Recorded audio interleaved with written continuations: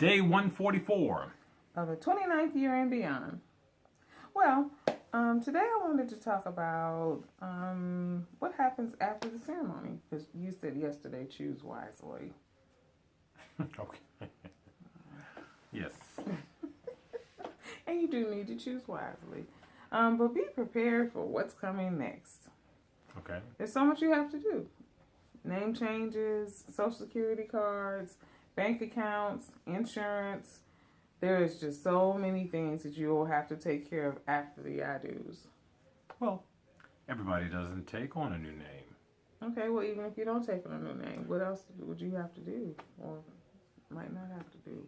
No, you named quite a bit. Yeah.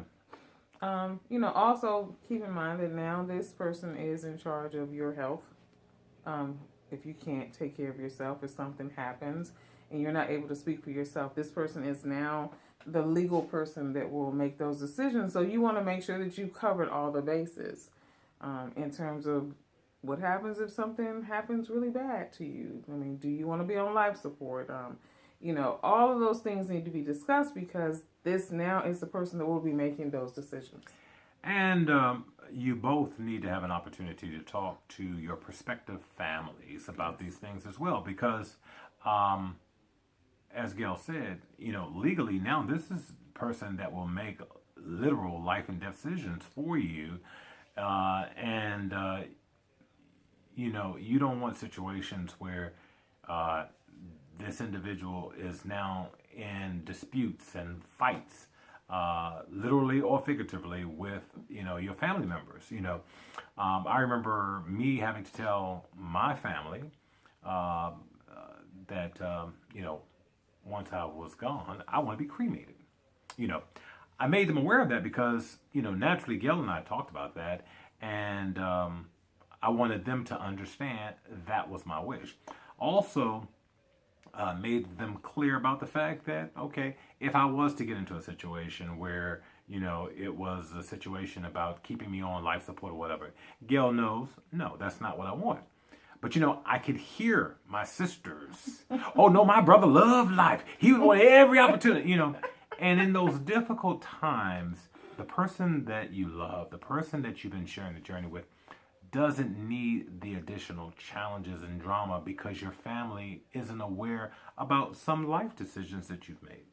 And that is so true because having sat with people when they're with a loved one is transitioning as a pastor and as a pastor's wife, you see that happen. And that's what I'm telling you. There are some things you need to take care of right away. Your insurance, and if there are kids involved, also. What amount of money is going to be split between your spouse and your children from a previous marriage? If that's going to happen, how it's going to, who's going to be the executor of their estate? If they're small, all of that stuff needs to be taken care of before the I-do's because you never know what's going to happen. You don't, but you also need to determine, okay, again, let's say that you have young children involved and you both suffer a demise. Who gets the children? All of those kinds of things. I mean, it's a lot to think about. You may be like, well, that's not the top of my list. It needs to be at the top of your list because you never know what can and may happen. And those are just very serious situations that you should discuss as a couple and have agreed to what you would like the outcome to be.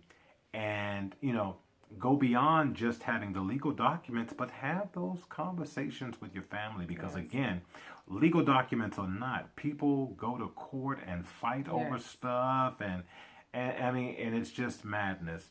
And nobody wants that. Nope. Yeah. So, until tomorrow. If the Lord says the same. But if he doesn't, Gail knows what to do. Bye.